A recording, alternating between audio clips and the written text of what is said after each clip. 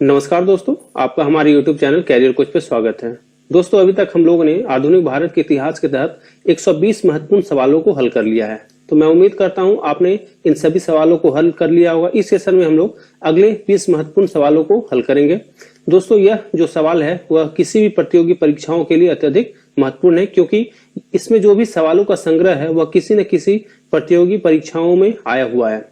तो चलिए आज हम लोग शुरू करते हैं। आज का पहला सवाल है कि किस कंपनी ने सर्वप्रथम भारत में रेल यात्रा प्रारंभ की। तो अभी तक हम लोगों ने रेल यात्रा से क्या क्या क्वेश्चन बना लिया है दोस्तों। तो भारत में सबसे पहले जो रेल यात्रा प्रारंभ किया गया था वह कब किया गया था? तो वह किया गया था आपका 1853 ईस्वी में। किसके कार्यकाल में? तो ये शुरू किया गया था आपका डलहौजी के कार्यकाल में। यहां से भी सवाल आपका आता है, डलहौजी के कार्यकाल में। कहां से कहां तक? तो यह गया था आपका बंबई से थाने तक। तो इस प्रकार इससे 3 सवाल पूछे जाते हैं। कभी कभी यह भी पूछ लिया जाता है कि यह रेल यात्रा किस कंपनी के द्वारा प्रारंभ किया गया था। तो किसके द्वारा किया गया था? तो यह किया गया था आपका ग्रेट इंडियन पेनिनसुला रेलवे के द्वारा। इस प्रकार इसका उत्तर हो गया आपका बी। अगला सवाल है आपका कि ब्रिटिश भारतीय राज्य क्षेत्र का अंतिम प्रमुख विस्तार हुआ। अब ध्यान दीजिएगा, हम लोग जानते हैं कि 1857 के क्रांति के बाद जो है वह ब्रिटिश सरकार ने यहाँ पे जो आपका विस्तारवादी नीति था उसको त्याग दिया था दोस्तों। परंतु इसका जो अंतिम आपका प्रमुख विस्तार हुआ था वह हुआ था आपका 1885 में। कब? तो आपका 1885 ईस्वी में तृतीय अंगाल बर्मा युद्ध के द्वारा। कौन सा? तो ये भी याद रखेंगे आप, तृतीय अंगल बर्मा युद्ध, बर्मा युद्ध के द्वारा दोस्तों। और इसमें क्या किया गया था कि 1 जनवरी 1886 को, ये भी ध्यान रखेंगे आप कि 1 जनवरी 1886 को जो है बर्मा ब्रिटिश भारत में मिला दिया गया था।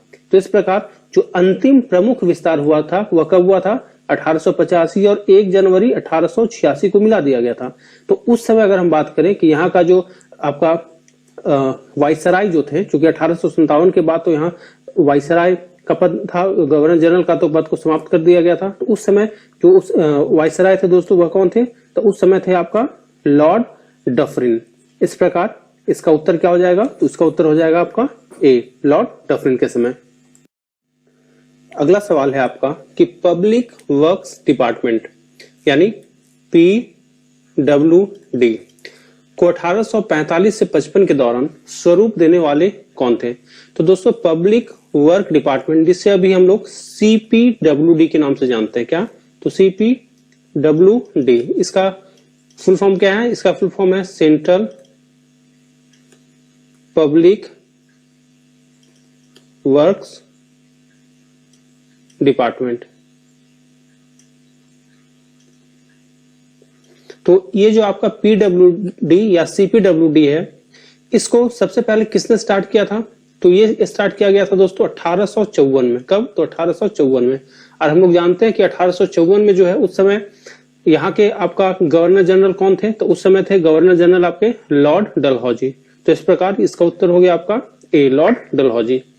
अगला सवाल है आपका कि विधवा पुनर्विवाह अधिनियम किसके शासन में क्रियान्वित किया गया था दोस्तों? तो हम लोग जानते हैं कि ईश्वर चंद्र विद्यासागर, इससे भी सवाल पूछा जाता है। इससे संबंधित कौन थे? तो थे आपका ईश्वर चंद्र विद्यासागर। इनके प्रयास से दोस्तों लॉर्ड कैनिंग ने, किसने? तो लॉर्ड कैनिंग ने 26 जुलाई, कब? तो ध्यान दीजिएगा, लॉर्ड कैनिंग ने आपका 26 जुलाई 1856 को जो है विधवा पुनर्विवाह अधिनियम जो है उसको अधिनियमित किया था। तो इस प्रकार इसका जो उत्तर हो जाएगा वह क्या हो जाएगा दोस्तों? तो इसका उत्तर हो जाएगा आपका बी, यानी किसके शासन काल में जो है क्रियान्वित किया गया था?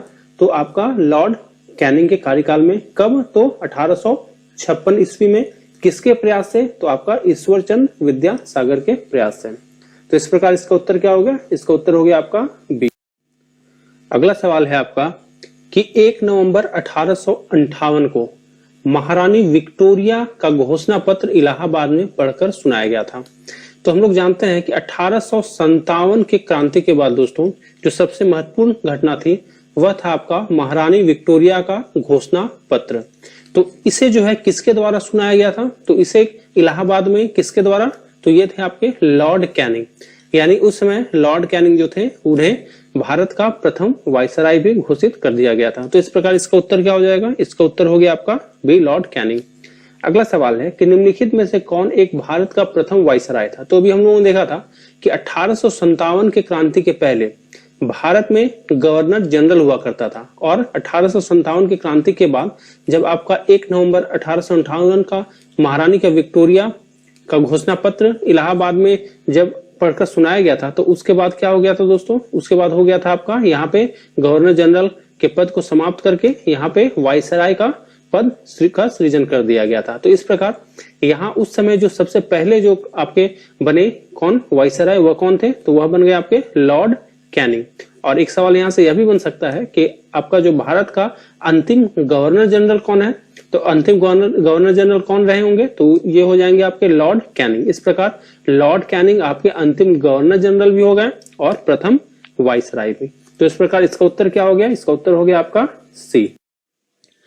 अगला सवाल है आपका कि अपने पुत्र के स्थान पर दूसरे उत्तराधिकारी को गोद लेने के अधिकार को पुनः स्थापित किया गया था। यहाँ आपके सामने 4 ऑप्शन है।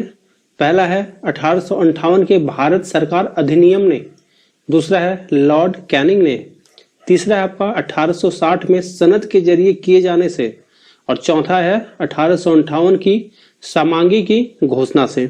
तो हम लोग जानते हैं कि 1857 के क्रांति के बाद आपका 1 नवंबर 1858 को इलाहाबाद में आयोजित दरबार में लॉर्ड कैनिंग के द्वारा जो है आपका महारानी विक्टोरिया का उद्घोषणा को पढ़ा गया था दोस्तों।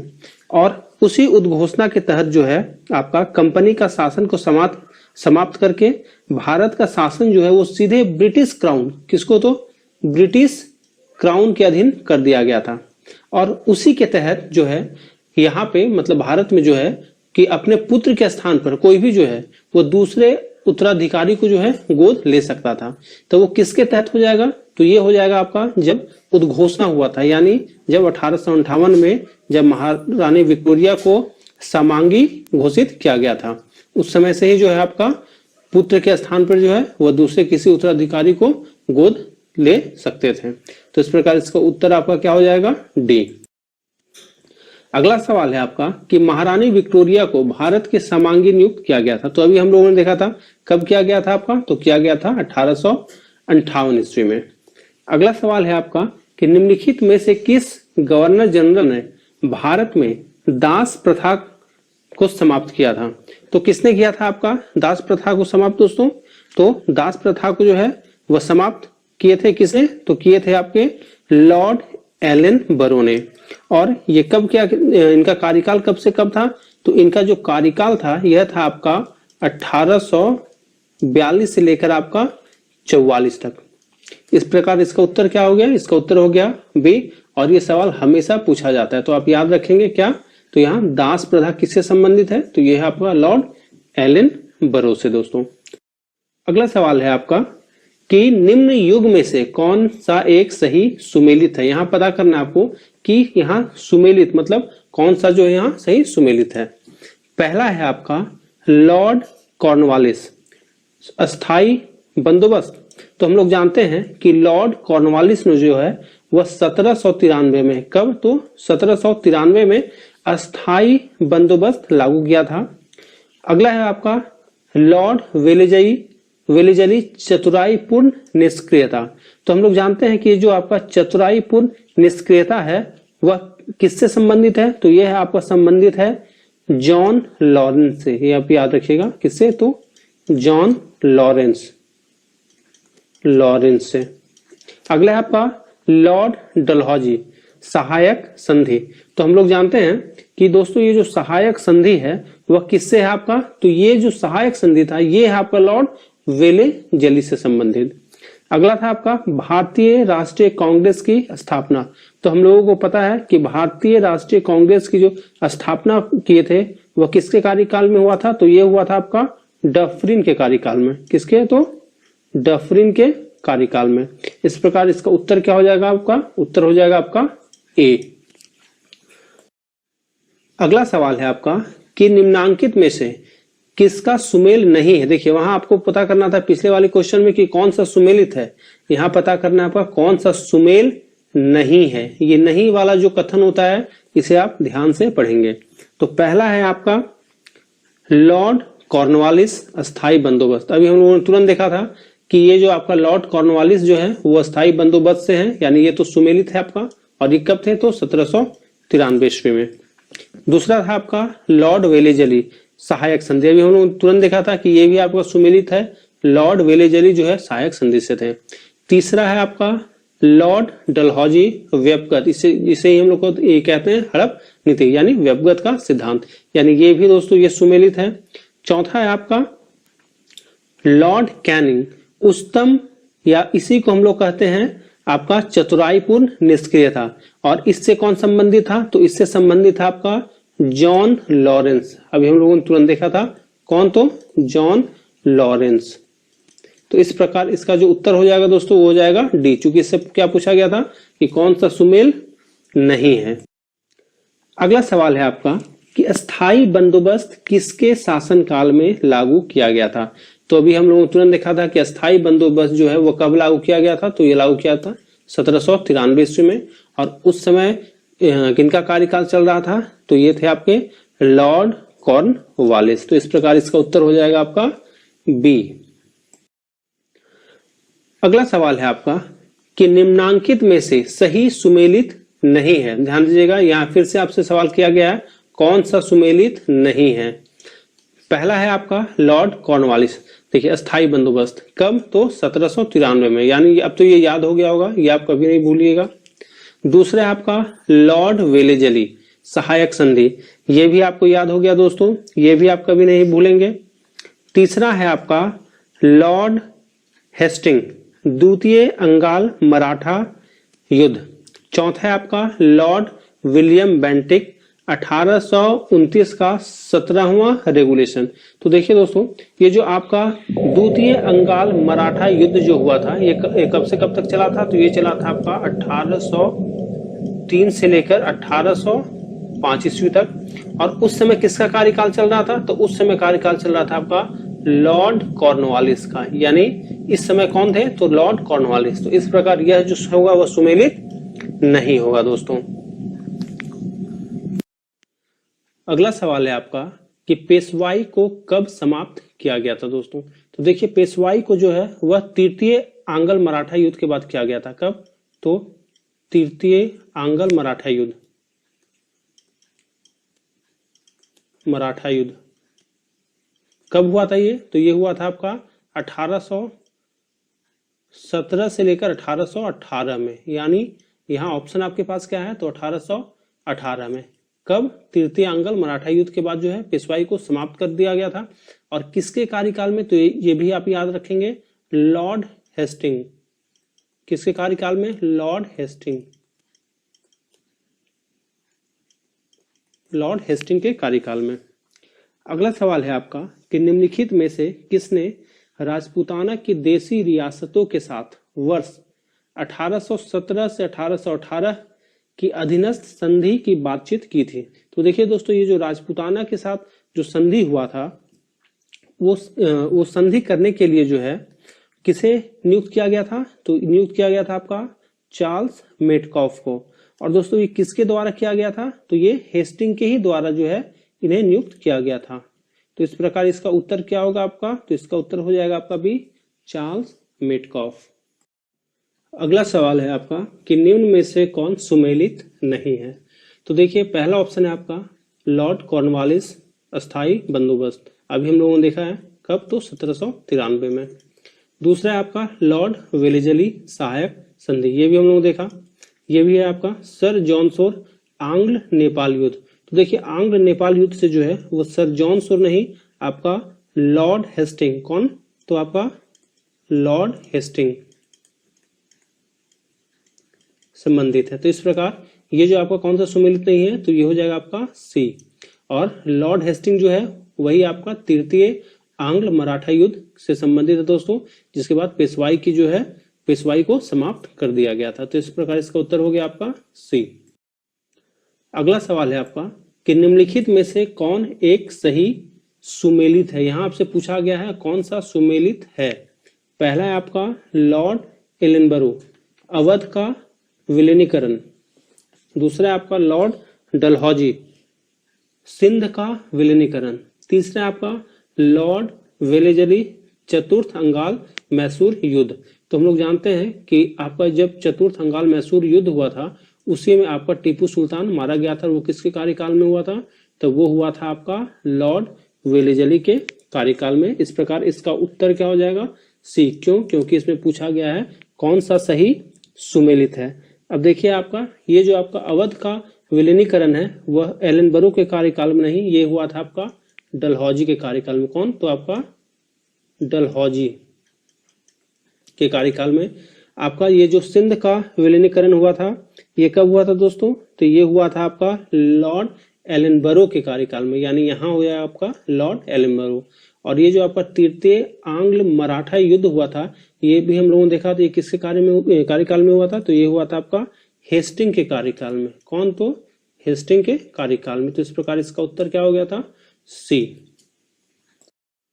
अगला सवाल है आपका कि निम्नलिखित में से कौन सा सुमेलित नहीं है। यहाँ आपसे फिर नहीं पूछा गया है तो आप नहीं वाला कथन जो है वो ध्यान से पढ़िएगा। पहला है आपका लॉर्ड डलहौजी, अवध का विलीनीकरण। पिछले सवाल में हम लोगों ने देखा था कि जो अवध का विलीनीकरण किसके द्वारा किया गया था? तो डलहौजी के द्वारा किया गया था। तो ये तो आपका सुमेलित है। दूसरा है आपका लॉर्ड डफरिन, भारतीय राष्ट्रीय कांग्रेस की स्थापना। तो हम लोग जानते हैं कि 1885 में जो है आपका एओ ह्यूम के द्वारा भारतीय राष्ट्रीय कांग्रेस की स्थापना की गई थी। और किसके कार्यकाल में? तो उस समय वाइसराय थे आपका लॉर्ड डफरिन, यानी दो भी आपका सुमेलित है। तीसरा है आपका Lord William Bentinck, charter act 1833 का पारित होना। तो देखिए 1833 का जो चार्टर एक्ट पारित हुआ था दोस्तों वो विलियम बेंटिक के ही कार्यकाल में हुआ था, यानी ये भी आपका सुमेलित है। चौथा है आपका लॉर्ड लिटन, प्रथम आंग्ल अफगान युद्ध का प्रारंभ होना। तो देखिए ये जो आपका दो आंग्ल अफगान युद्ध हुआ था दोस्तों, तो जो पहला हुआ था यानी जो प्रथम हुआ था वो किसके कार्यकाल में हुआ था? तो यह हुआ था आपका ऑकलैंड के कार्यकाल में। ये आप याद रखेंगे, दोनों याद रखेंगे, ऑकलैंड के कार्यकाल में। और जो दूसरा हुआ था आपका वो हुआ था आपका लिट्टन के कार्यकाल में। लेकिन यहाँ आपसे लिट्टन तो दिया है ऑप्शन में, लेकिन आपसे प्रथम नहीं, द्वितीय नहीं, यहाँ आपसे प्रथम पूछा था। यानी इस प्रकार ये जो होगा वह सुमेलित नहीं है। तो इसमें आपसे पूछा गया था कि कौन सा सुमेलित नहीं है, यानी इसका आंसर क्या हो जाएगा? तो इसका आंसर हो जाएगा आपका डी।